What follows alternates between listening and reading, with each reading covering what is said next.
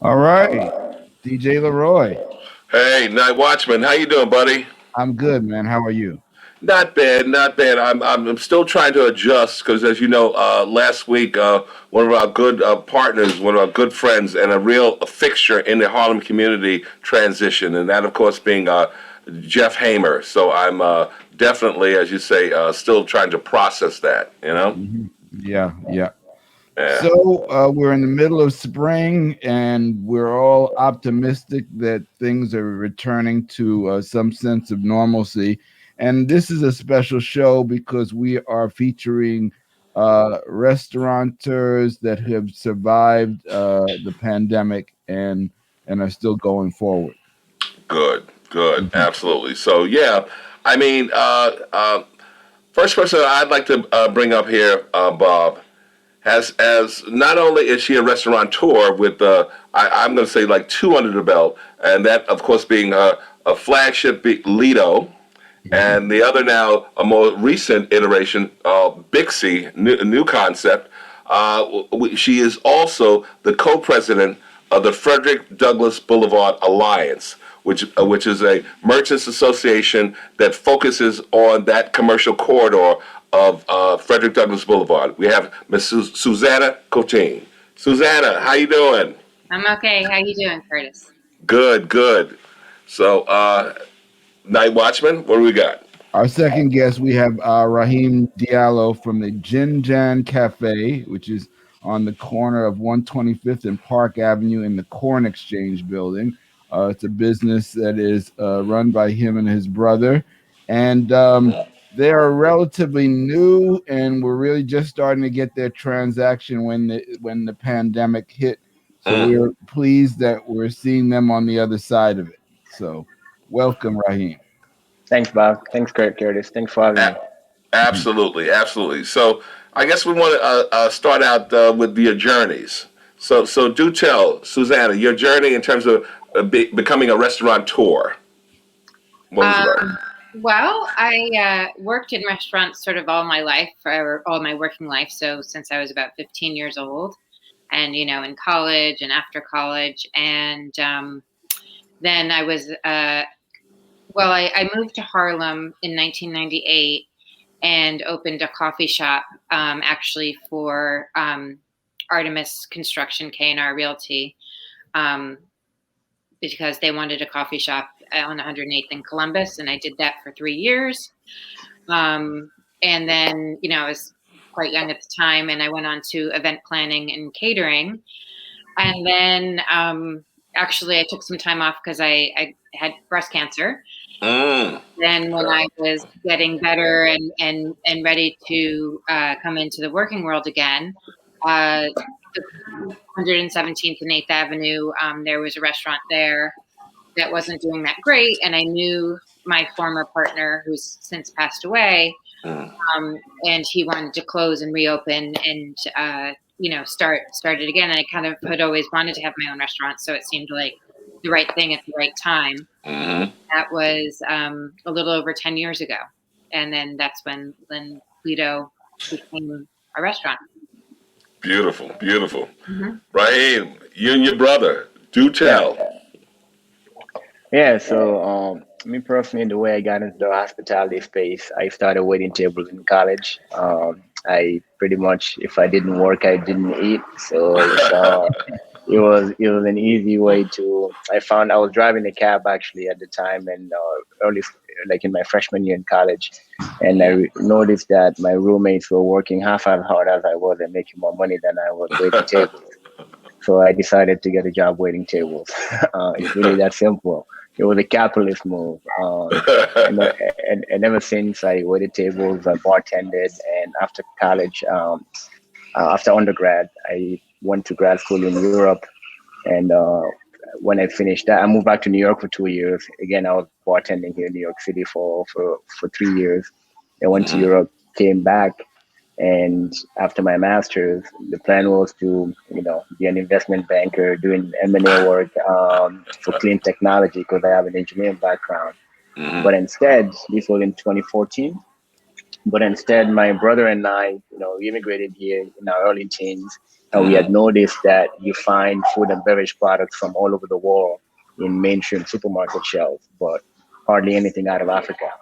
Mm. And through the years, we've been saying that the first person to build a brand around African flavors and trying to make African flavors an integral part of global food culture, the way pretty much all the other food cultures are, and they'd be able to build a really nice business around that. So fast forward, I guess 15 years later, we're all through college, we're working in our professional lives. We decided that, that person should be us. And so I decided, instead of getting a real job, as my mom would call it, to launch our company, Ginjan Brothers, back in 2015. And at the time, because we were bootstrapping it, I took a job managing the beverage program at what used to be Mist, like when Madiba opened there. Um, and so we launched with just bottled products, branded bottled products that we sold at Whole Foods. We sell online, we sell direct to consumer. And so the cafe, the company's been around for 5 years. The cafe, we opened it in late 2019. And the thinking here, our vision for the physical locations is to open these in major metropolitan areas and have the space inside be this immersive space from the decor to the music to the food we serve, to like give people an experiential feeling of African culture. And really, that's why we opened this cafe. If you get, I can show you around so you get a sense of what it is, right? So the sense of the decor and all of that. Very nice. Mm-hmm. Yeah, so that's how we got into this. The cafe is young, but we've been in the food space for over 15 years now, all in all, from frontline to management roles. Excellent. Yeah. And you know what, Rahim, what I'm also thinking about, so you still have the product at Whole Foods? Yeah. We still sell, we have branded products that we sell in retail shops, and we sell online. We ship all over the U.S. And this is the first iteration of the cafe. The plan is, we'll open more of these in the city and beyond. Excellent. Yep. Night Watchman. So we've got another guest in the green room. Oh, really? Well, Yeah. we should bring them out. All right. Curtis, do the introductions. Oh, my man, the one, the only, Karl Franz Williams. What's up, buddy? What's going on? How you doing? Good. So we talk about a 67 Orange right here in Harlem, but we also talk about where my son goes to school at in New Haven. We talk about Anchor Spa. So do tell. Yeah. So Karl, what got you into the hospitality space? You know what? It wasn't something that was like, hey, I got this burning desire to be a restaurant or bar owner, or I loved the idea of initially cafes, coffee shops, and like having these communal spaces where people come together. And I decided, I was working in brand marketing, and I decided, hey, this would be a nice project to do along with everything else, on the side, to have this coffee shop and place that I can go and have my experience. When I want to have my coffee experience, I can have that and have great coffee in Harlem. And that was sort of my introduction into the world. I opened this cafe, and it was very early on.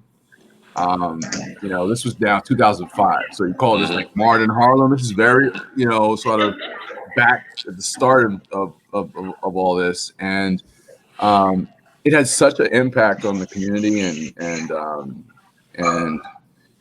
just I enjoyed the experience of being in there so much that I kind of, the hospitality bug had bitten, and 3 restaurants later. Absolutely. So we're talking about, of course, the first one being Society Coffee. That 67 Orange.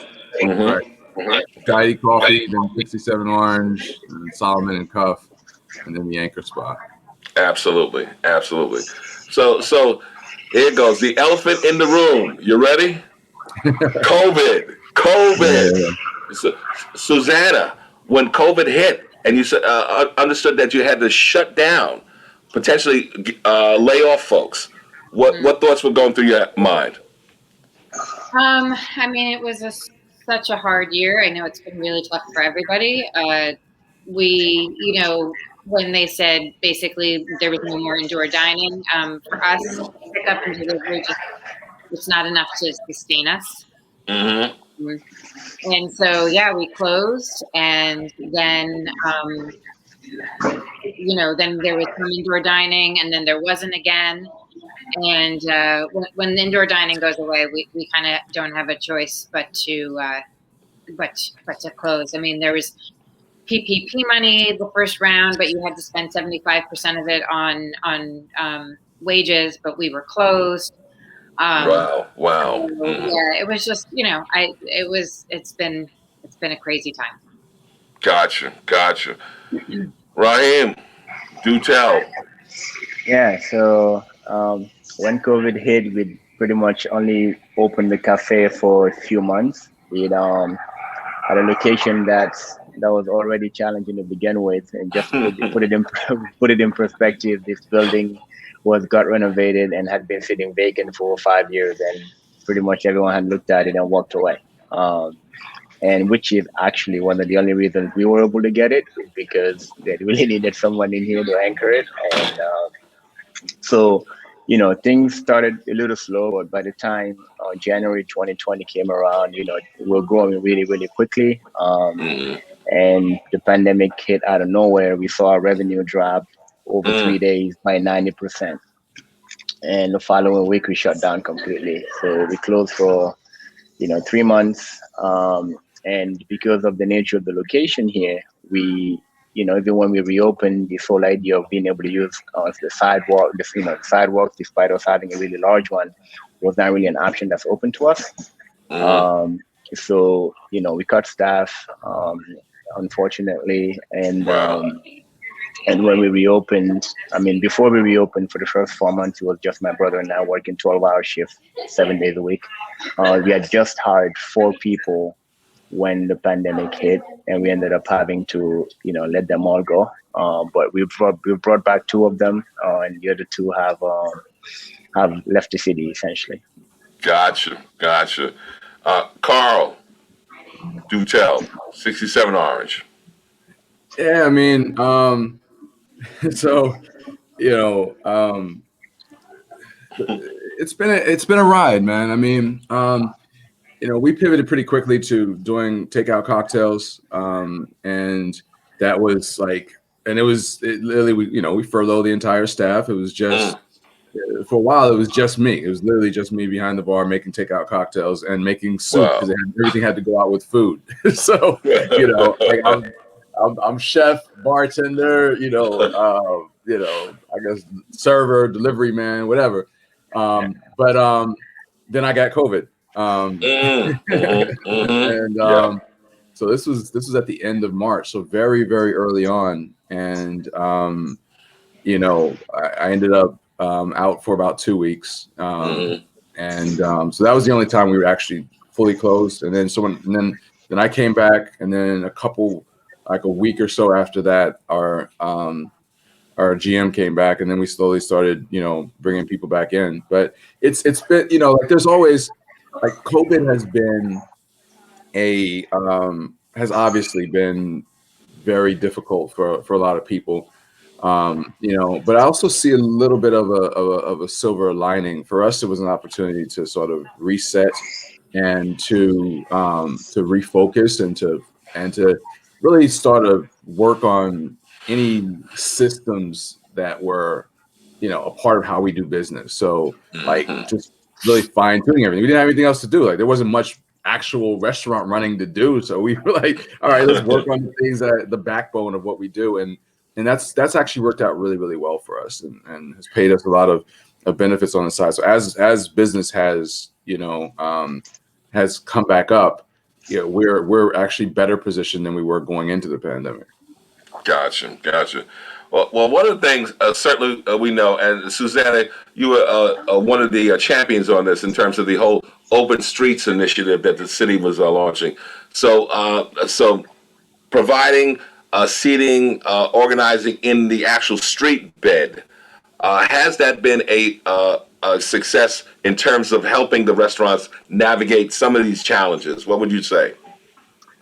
Definitely. I mean, as with anything in the city, it can be complicated. You've got to get everyone coordinated, and I mean, Frederick Douglass Boulevard Alliance really had to fight with the Department of Transportation to allow us to do open streets, because at first they just could not imagine moving the bus from Frederick Douglass to Manhattan, which is a very short block. We had to have about 10 conversations with them, and then they finally allowed us to do it. And yeah, it's definitely been helpful. I just think that something I feel really passionate about is I like people to remember that, restaurants, on Frederick Douglass Boulevard, it's us. And actually, I think the cafe and the Corn Exchange is a great example. I mean, as you said, they wanted an anchor tenant in there to have some life and some light and provide jobs to the community. And I think really important things. And as we're trying to sort of build back, the initial building the street structures and getting the outdoor furniture and getting all the restaurants coordinated and being able to open at 5 on Friday and noon on Saturday and Sunday.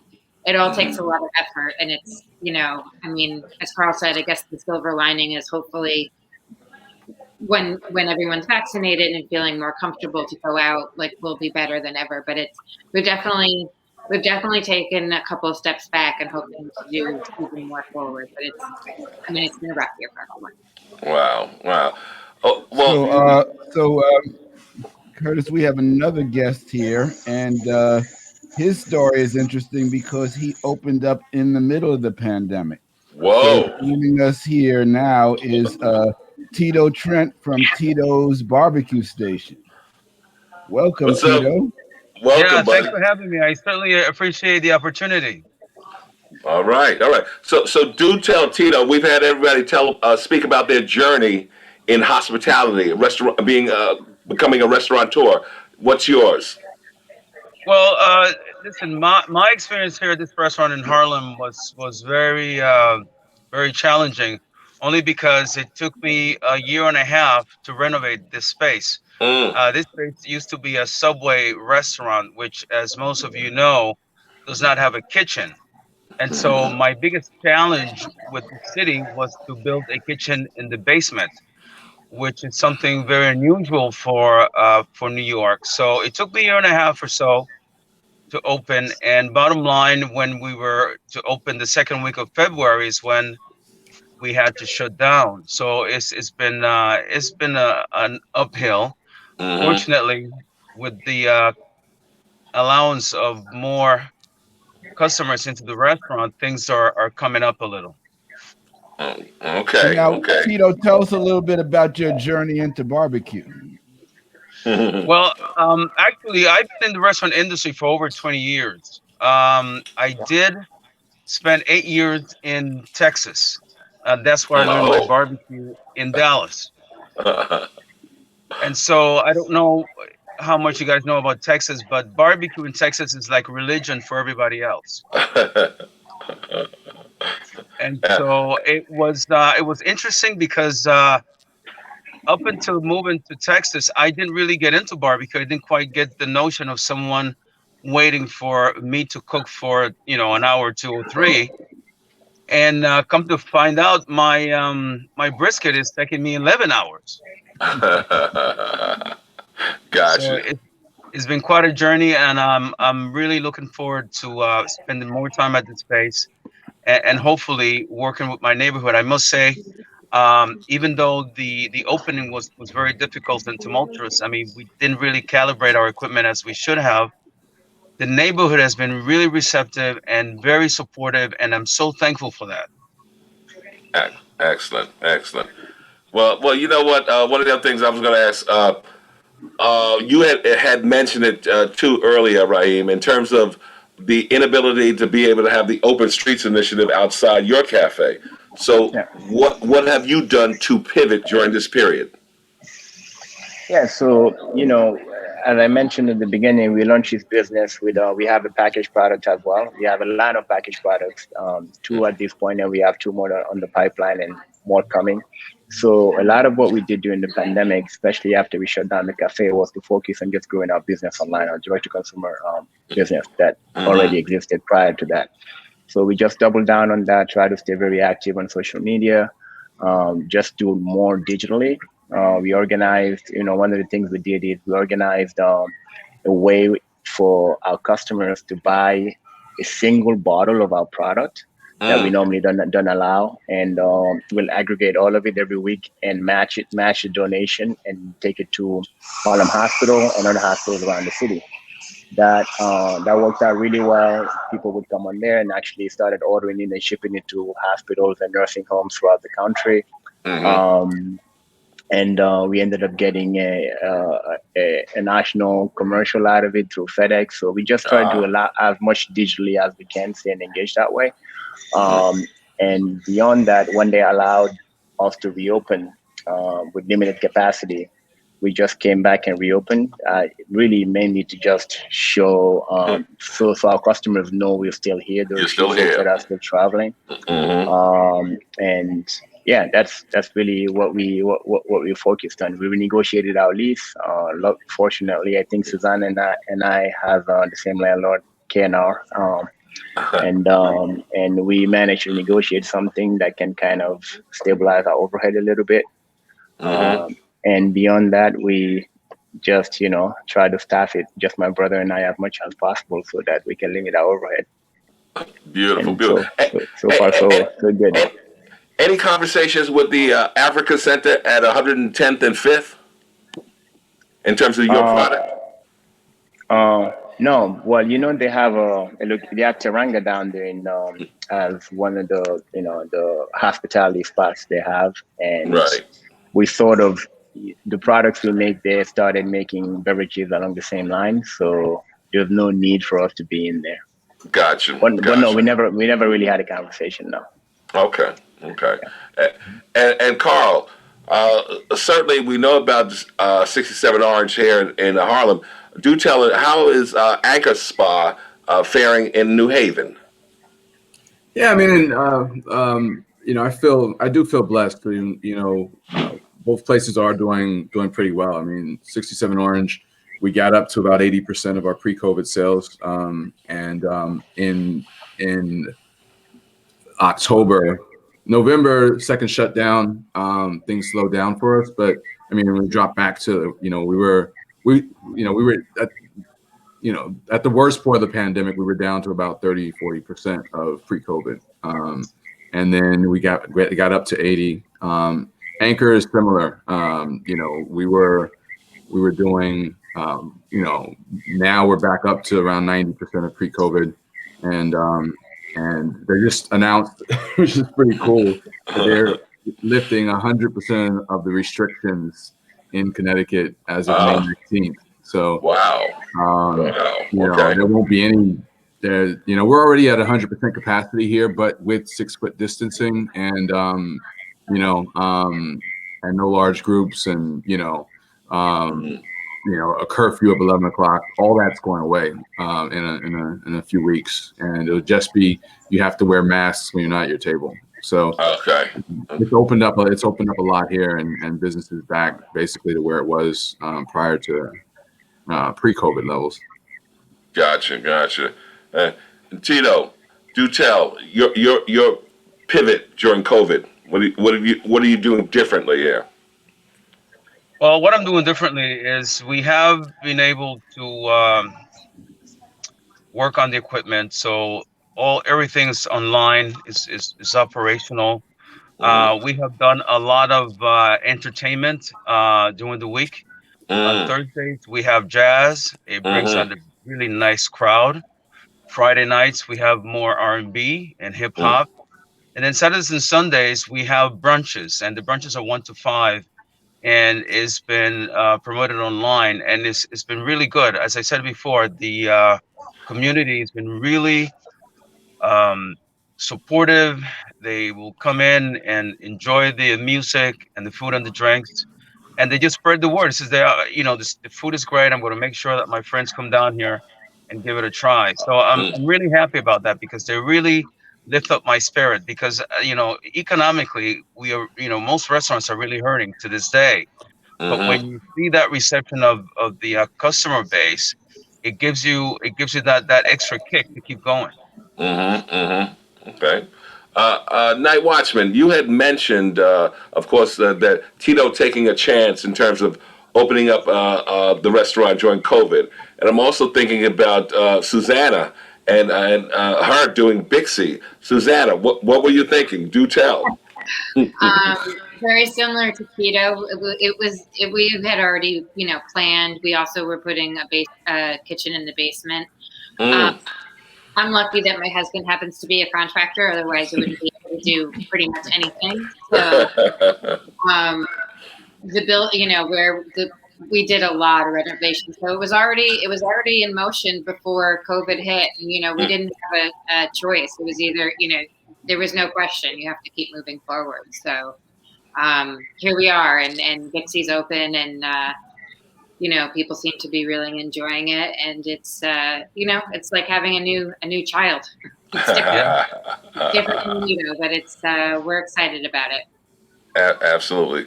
And well, Tito, I'm curious in terms of the music and entertainment. Explain that in terms of indoor, or we have open windows or doors that go onto the sidewalk. Do tell. Describe. Yeah, it is an outdoor section where it's completely enclosed. It's got ventilation, and there is a sliding door that divides the outdoor with the indoor. So got it. The expectation is that in the summertime we'll be able to open those sliding doors, so they'll have complete space. Will combine and will allow up to 120 individuals in both seating areas. Just the renovation, just to build that outside, was quite a challenge because of the city and the landlord, because that's been the biggest challenge I've had. That has caused a lot of folks to enjoy, like the jazz, as I mentioned before, and I'm implementing a salsa night either Wednesday or Tuesday, Wednesday of next week. Just to have, because interestingly enough, I learned a lot in the last 6 months, and that is 10 blocks radius of the restaurant is extremely diverse.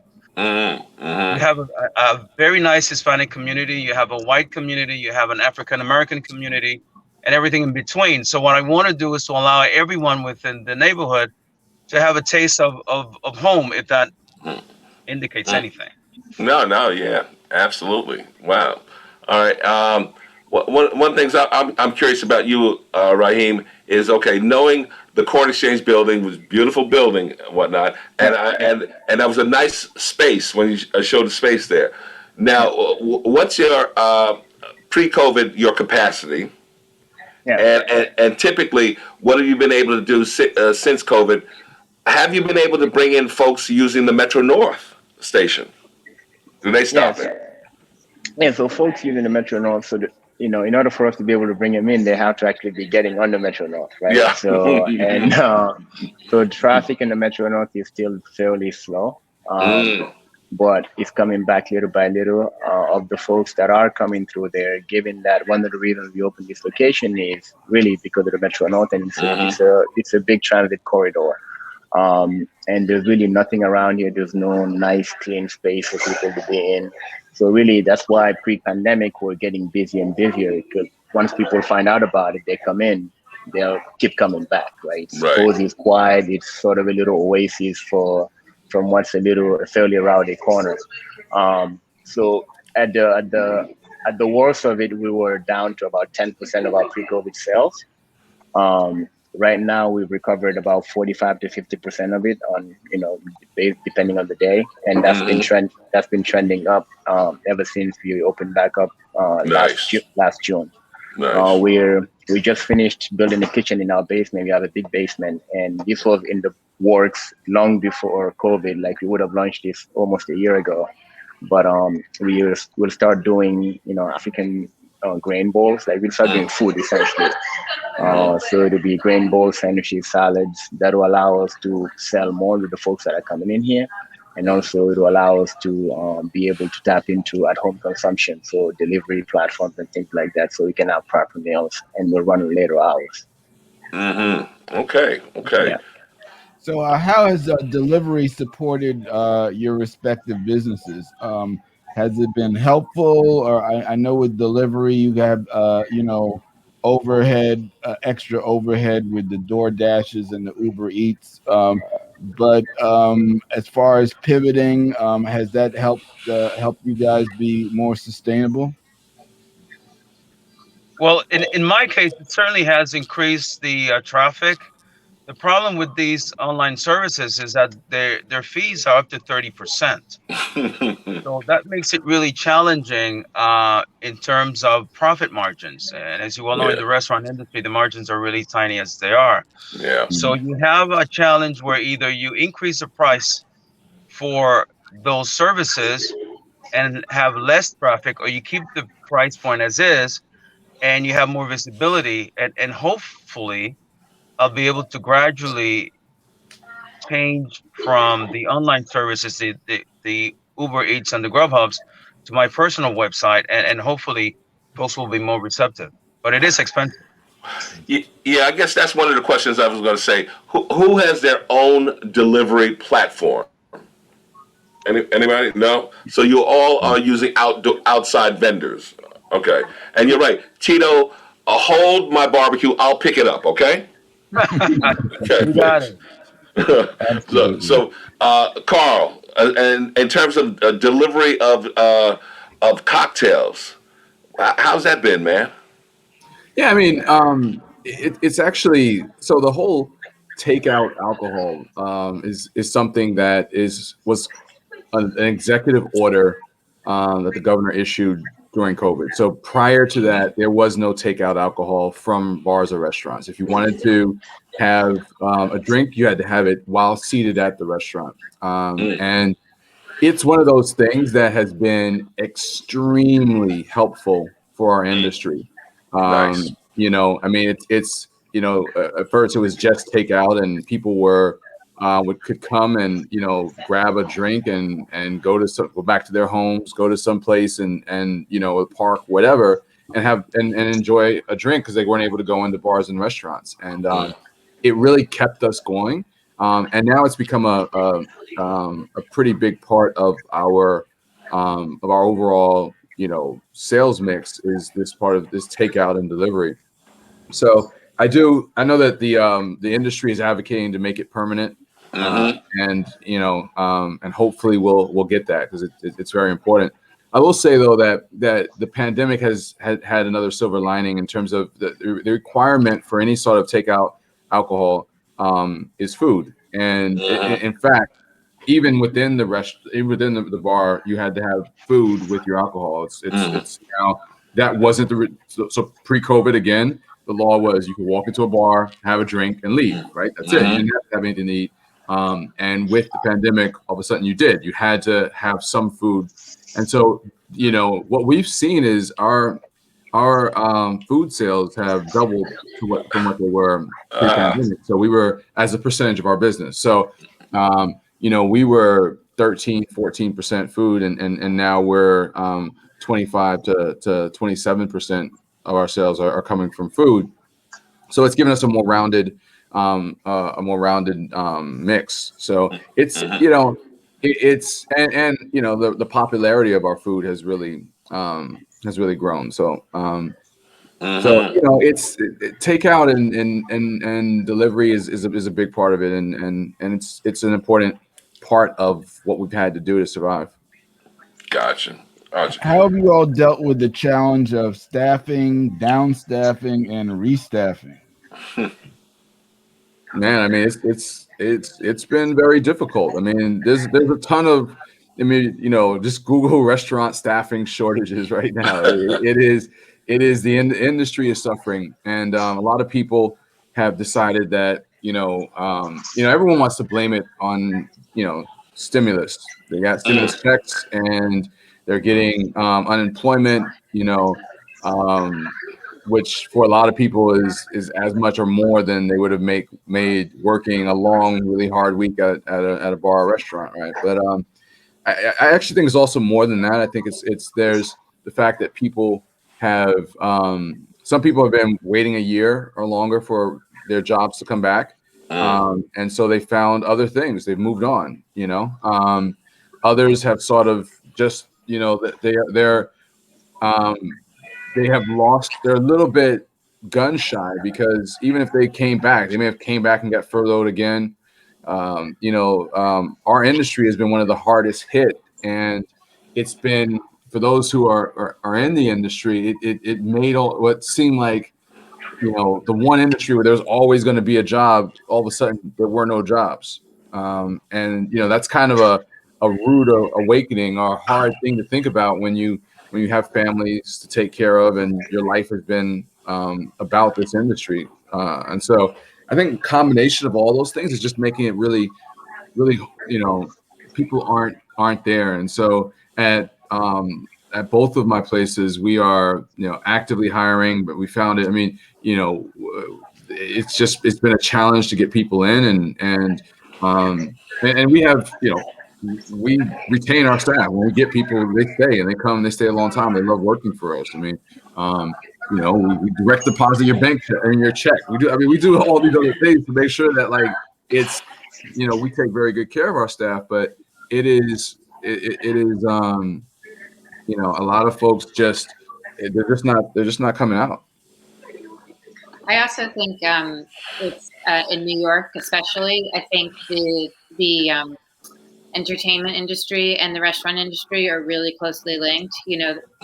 One of the things, again, I feel passionate about the restaurant industry in New York City because I think it does a lot of great things for the city. But, you've got all these kids that are adults that are artists and college students and, musicians and dancers. All the theaters have been closed. So their art is gone and their job is gone. A lot of people have left the city. That's really where most of my staff is back. But if they're not back, it's because they've left the city.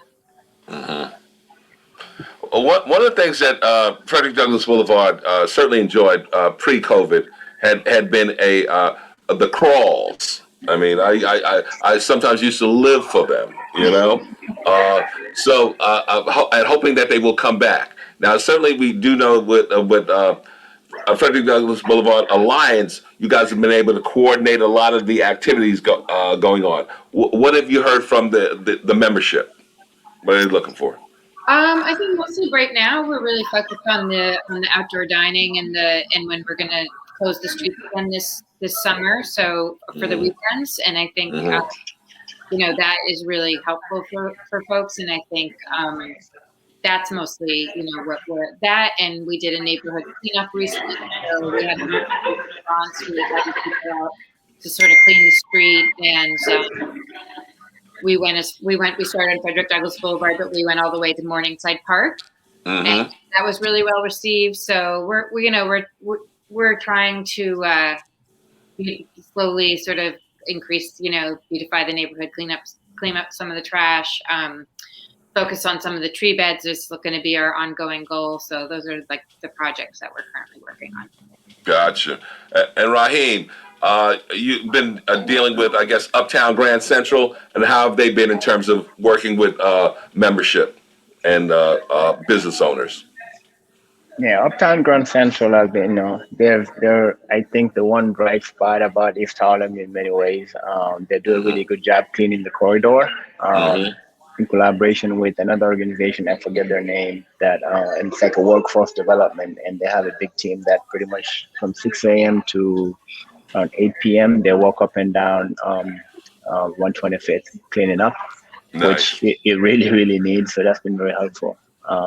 But Carrie at Uptown Grand Central, she's just an amazing person and been very helpful in helping keep the area clean, generally speaking. Beautiful, beautiful. And Tito, there is no such, let's say, organization up where you are, but I heard some whispers that they're talking about organizing a number of the small business owners and vendors up there. What are your thoughts in terms of some coordinated effort to let's say make sure the area is looking appetizing, so to speak, but Right. also I guess just let's say making sure that people know that hey, there are a number of businesses up here that should see support from the community. Yes, and I'm looking forward to identifying that specific organization because in reality, we do have to address that concern. A lot of neighbors. It took them a while to even leave their homes to visit a restaurant, and Mm, now when they pass by, it's like, wow, I haven't seen this. How long have you guys been open? And when I mhm. mentioned September 30th, they're like in shock. So I say that to say that a lot of folks just don't know that we are around because even in our neighborhood, there are restaurants that are permanently closed. Yeah. So it looks as if everything is closed, and that is not, in fact, a reality. So Hmm. one of the things I've been really thinking of and trying to see whether or not I could find other partners is to have the city give us a permit to block at least 127 and 129th and have some kind of like summer event, for example, like a number or 2 or 3 DJs that will Hmm. be DJing for several hours on the streets just to bring that awareness. Because I've seen that happen, I believe, on Adam Clayton Powell several months ago. Okay. But I Oh, haven't. when they were doing the Black Lives mural on the street bed. Yeah. Correct. I know. Yeah. Okay. Okay. And Gotcha. that's something that if we did on Lennox, between 125th and 128th, will be a saver because we really need to have folks realize that we're still open and we're still here. Absolutely. Well, you know what, Tito? I'm going to suggest that you possibly get some intel from Susannah because she can definitely tell you blow by blow her ordeal with DOT, the Department of Transportation, and what Yes. the coordination is. So, yes, that'll be a conversation you two will have for sure. Curtis, Uh, why don't you send us each other's email so we'll chat. we'll Yeah, I do. look forward to that. Thank you so much because Of I course. think we really have to do something quickly. Sure. Absolutely, absolutely. And Carl, out in let's say New Haven, is there that type of merchant organizing and coordination? Yes and no. Actually, I would say absolutely yes. Not even yes and no. I mean, so there's less of a formal organization like FDBA Alliance or Harlem Park to Park or Hmm. one of these sort of organizations like that. There is you know so in New Haven we are on College Street, which Hmm. is like one of the main sort of thoroughfares in downtown New Haven. I mean, and so it's extremely visible. Hmm. It's and so there's a lot of involvement from local electeds as well as there are organizations that focus on downtown, and so there's been this collaboration of organizations. Yale University's across the street of Yale. To try to figure out how they, and so there's an organization that called Town Green that has taken on really how do we make College Street and a couple other streets just even better for the restaurants that are there and more attractive for people to hang out and be outside. And so what we ended up doing was closing one lane of College Street to vehicular traffic. So All it right. went from being a Okay. 2 lane to a 1 lane. Hmm. And we turned that lane into basically the new sidewalk so that all of the restaurants could use 100% of the actual sidewalk for seating. And that's been great. And then in front of the storefronts where they're not restaurants or they're not open right now, the sidewalk there has also, and the parking space that would be between that one lane have become just seating area so almost like a plaza in the middle of the area. And so it's a really cool program in terms of place for people to be outside, to be by our restaurants, to see kind of what's going on. And so And so it's been good. I mean, like I said, the local elders, the local community, it's been a combination of the restaurant community with the with Yale and with other local organizations, to really the Greater New Haven Chamber of Commerce and others, just to make this all work. Nice. Okay.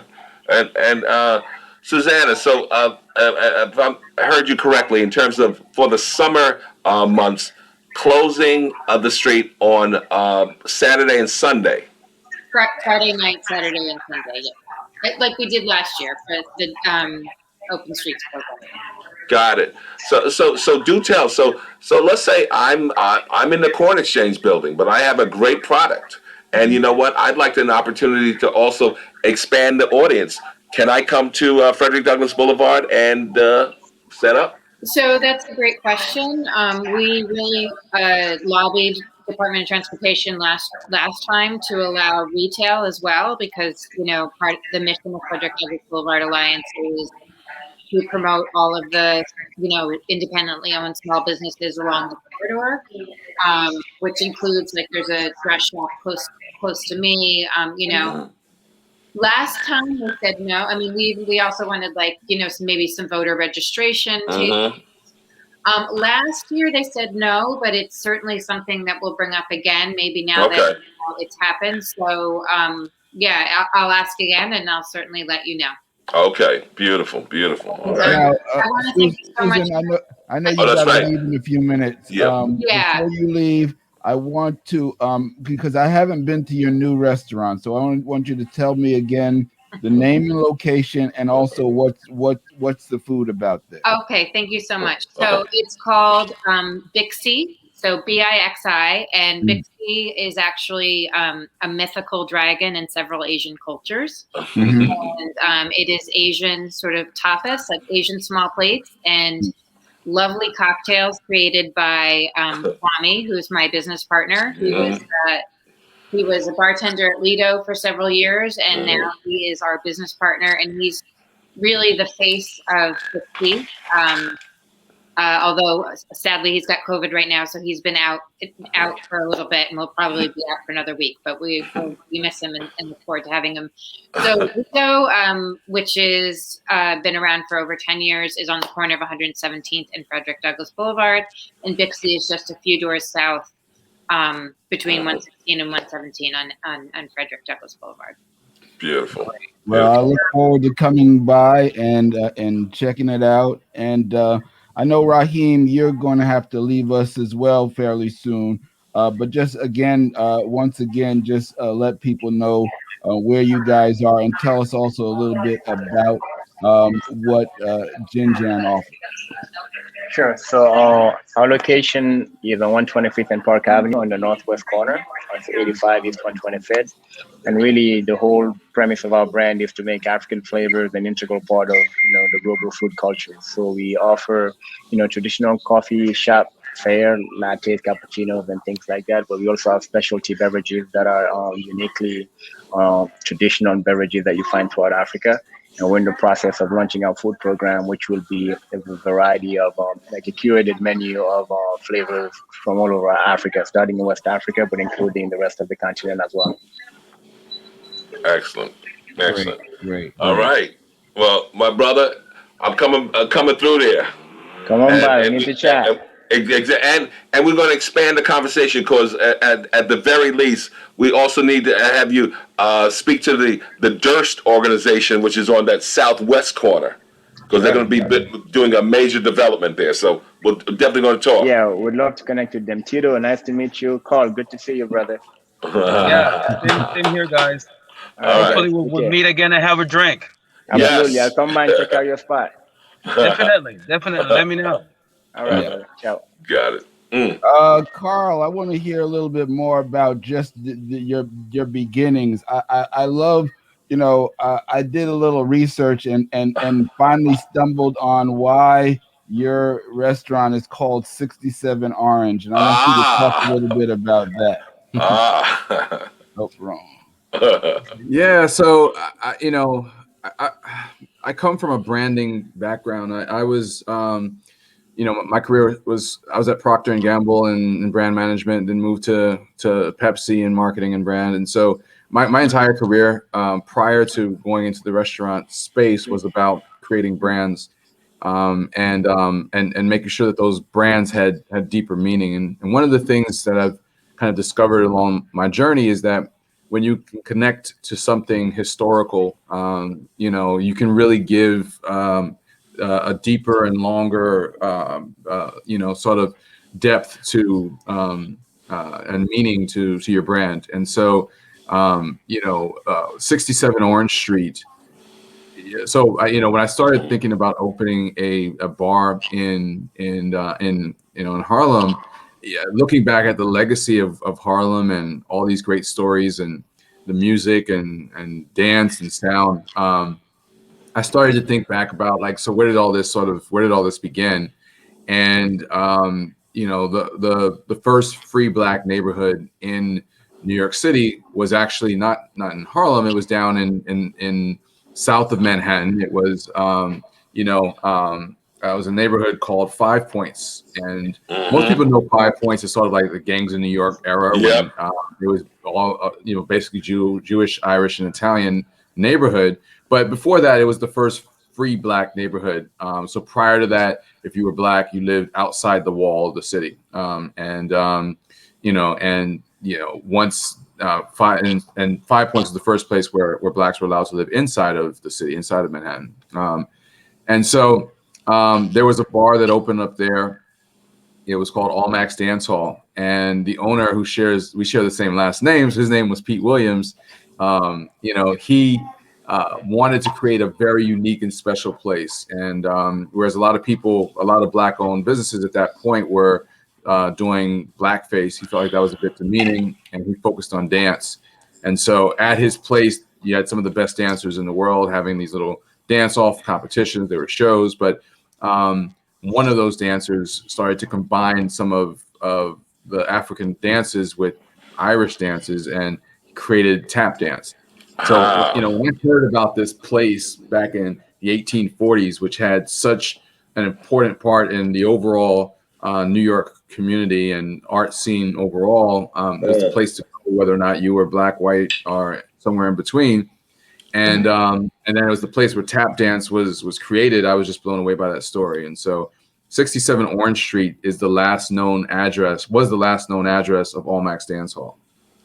Yeah. I mean, that story it's just a great story, and it connects to why we did this show, because we're talking about pre-Civil War New York, where we still, a lot of people don't realize New York had ended slavery in 1827, and so in Five Points, these establishments were the first places that we had Black entrepreneurship, and Blacks were the primary, restaurateurs and nightclub owners during the time. And so it just the spirit back then that created that place is very much the spirit that we're seeing in the restaurant owners, and why Curtis and I we took it personally that we wanted to do this type of show and talk to you guys, because we understand the commitment it takes to even when there's no pandemic, it's a tremendous commitment to be in hospitality, to be in restaurants, be in bars. But there's something that's very, very endemic to our heritage as social people. And, I appreciate it. I appreciate it even more when I stumbled across that story. I go, I understand what Karl is doing even more, that I know it. And you mentioned Gangs of New York, because there's a scene in Gangs in New York where there is a place that is definitely, Almax, but he doesn't mention it, and it's not mentioned as a Black-owned place. And I felt once I learned the history that I'm a fan of Scorsese, but I'm not a fan of that particular film, because it completely eliminated the Black agency of the time. and made us secondary figures in a time when we were actually the primary drivers of the nightlife. Yep. Yeah, no, I mean, and it, and so that was the other part of it. It's like Harlem was known for being, so so I kind of draw this parallel, and it's Harlem, the Harlem Renaissance, that time frame, there was something else major going on at that point, and that was Prohibition. And so Prohibition, I mean, so it was actual a confluence of various factors that created the Harlem Renaissance. It was the combination of the fact that you had all these Black artists and intellectuals who were gathering in Harlem. They found a place where they could be and be comfortable and have some, and be in their own sort of world and have great real estate and homes and businesses. And then Prohibition happened, and entertainment everywhere else, bars, everything else was shut down. But in Harlem, nightlife erupted. Like it thrived, and it was partially because there was sort of less policing. It was a Black community. There was less concern about what was happening there. But there was also just like you had all this talent in one place, and there was the fact that like even then there was a lot of the ownership of the land and property were by Jews and Italians who felt that they could charge whatever they wanted because where else were Black people going to go? And so it wasn't cheaper to live here for Blacks. It was just that there were more Blacks around. You had this community, but it wasn't necessarily cheaper. So during Prohibition, there was just fewer ways to make money, and you still had to pay these exorbitant rents. So the idea of house parties that were actually ways to make money, and the speakeasy really became big parts of nightlife here and in New York City. And during Prohibition, there were more speakeasies in Harlem than any other neighborhood. There were over 500 at one point within this neighborhood. And so, it was so again, when Prohibition gave, if Prohibition hadn't happened, this sort of negative thing hadn't happened, then the Harlem Renaissance would not have happened in the way that it did. So I draw that parallel because now we're having the this pandemic, which has changed nightlife and created this. It's not Prohibition; it's very different. It's not a man-made thing, but it is a time where Harlem has actually done. In sort of my view, and I may be a little biased, has actually done a little bit better than a lot of other neighborhoods. And it's because we have a community here of folks who live here, who are a part of, who see themselves as home here. It's not just a retail or office neighborhood. And so a lot of, I've seen probably fewer restaurants and bars close in Harlem than in other areas. We've been able to pull together and to make it. So that's, I think it's pretty cool. I mean, sometimes out of adversity, opportunity can be created. And, we've proven here in Harlem that we are extremely resilient.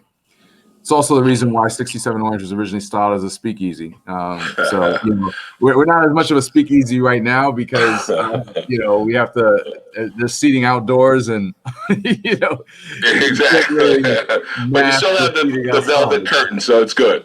Curtains are open now. Everyone knows where we are, but that's also been very beneficial to us. Gotcha. And you know what, Night Watchman, before you take us home, I got to just tell Tito. In our last show, we had a young gentleman by the name of Jordan Stockdale. Now, Jordan is from St. Louis, Missouri. So needless to say, he's saying that the best damn barbecue is not Texas or North Carolina, but Kansas City. I'm just saying. So what say you, Tito? Well, listen, I cannot wait to give it a try and see what happens. Okay. You know what?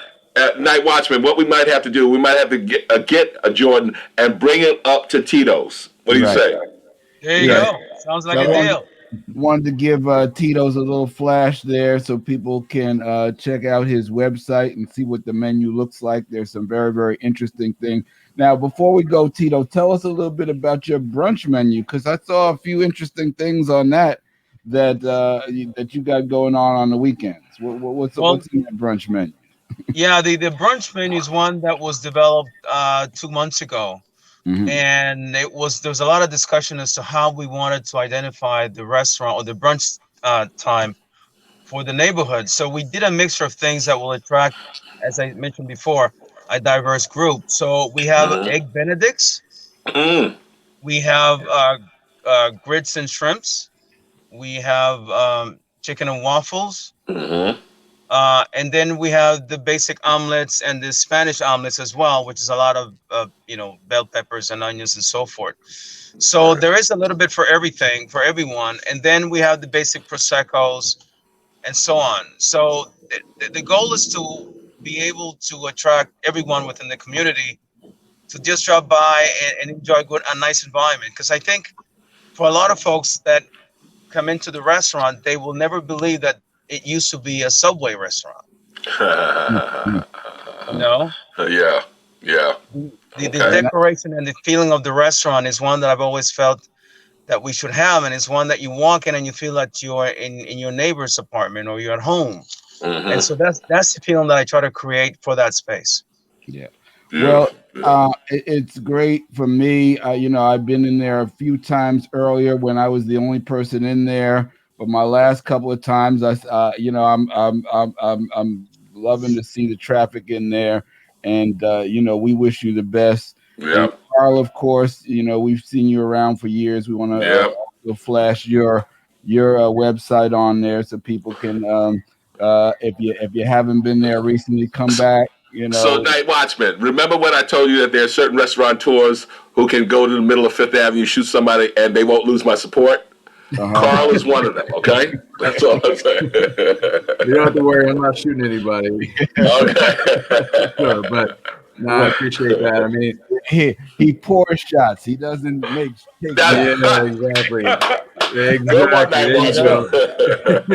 There you go. So, we love and appreciate both of you guys for what you're doing, as well as our two other guests, Susannah and Rahim. And we wish you the best. We hope that this spring and going into the summer is the real resurgence for you and for Harlem as a whole. And so we're encouraging everybody to go out. If you don't feel like going out yet, then order in. But make sure to support these businesses who really put their heart, soul, blood, sweat, and tears into making sure we still have environments that we can eat, drink, and socialize. Absolutely. There you go. All right, guys. Listen, it was nice meeting you all. You too. And again, hopefully soon we'll be able to gather up and have some tropical sangria. Yeah, I'm looking forward to checking out your place, Tito, man. I haven't been up there, so I'd love to check it out. I love some good barbecue. Yes. Definitely. Yeah. You guys are welcome. Thank you, my brother. So take us home, NightWatchman. This has been Soul Lounge Primetime on WHCR 90.3 FM, and check us out on YouTube and like and subscribe. We'll see you next week.